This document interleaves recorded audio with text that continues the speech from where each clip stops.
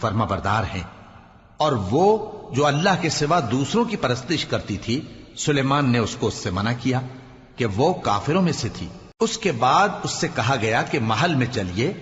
جب اس نے اس کے فرش کو دیکھا تو اسے پانی کا حوض سمجھا اور کپڑا اٹھا کر اپنی پنڈلیاں کھول دی۔ سلیمان نے کہا، یہ ایسا محل ہے جس کے نیچے بھی شیشے جڑے ہوئے ہیں۔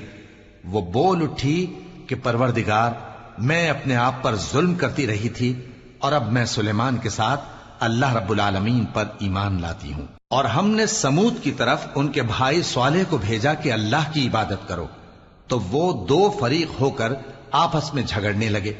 صالح نے کہا کہ اے قوم، تم بھلائی سے پہلے برائی کے لیے کیوں جلدی کرتے ہو اور اللہ سے بخشش کیوں نہیں مانگتے تاکہ تم پر رحم کیا جائے؟